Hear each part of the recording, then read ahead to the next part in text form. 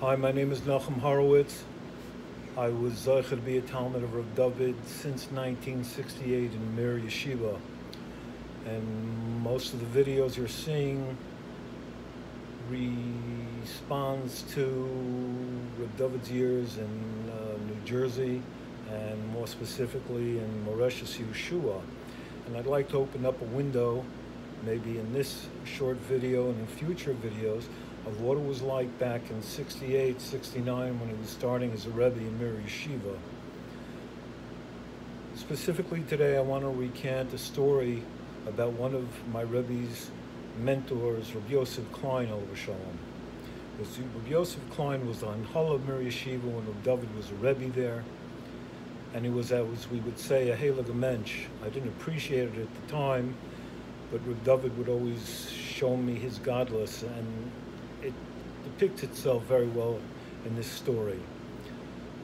As a principal, any Rebbe that was absent in the gamut from freshman through senior years, that would be your job. If he was out, you would fill in for him. And so was the case that the Aleph Beis Rebbe was out in the lower grades, Yeshiva Ketana, and it became Rabbi Klein's responsibility to teach this class, and it was getting close to Shavuos, and every day that they were counting Svira, Rabbi Klein would tell them, in so many days you are going to get your sitter, your very first sitter. And you could imagine that with each day the excitement in Slavis was just growing. It was an amazing thing to see, especially in such young children who haven't yet been jaded. And it was the final week and before Shavuos, and boys were coming in on their own volition.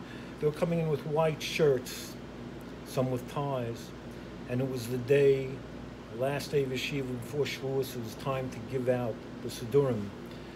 And Rabbi Klein pulled up each bacher and he gave out the Siddurim, and he started to read from the Siddur.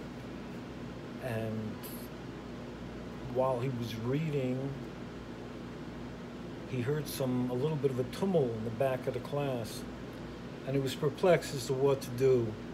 Should he break the momentum and admonish the children that were talking, or should he hope that they would realize this wasn't the time to talk?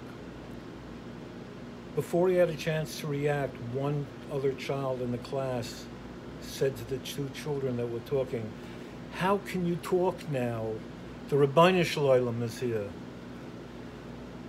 And this story depicts the level of Kedusha, the presence of the Shekhinah, that Reb Dovid sought to bring to each and every one of his Talmidim. And he was successful.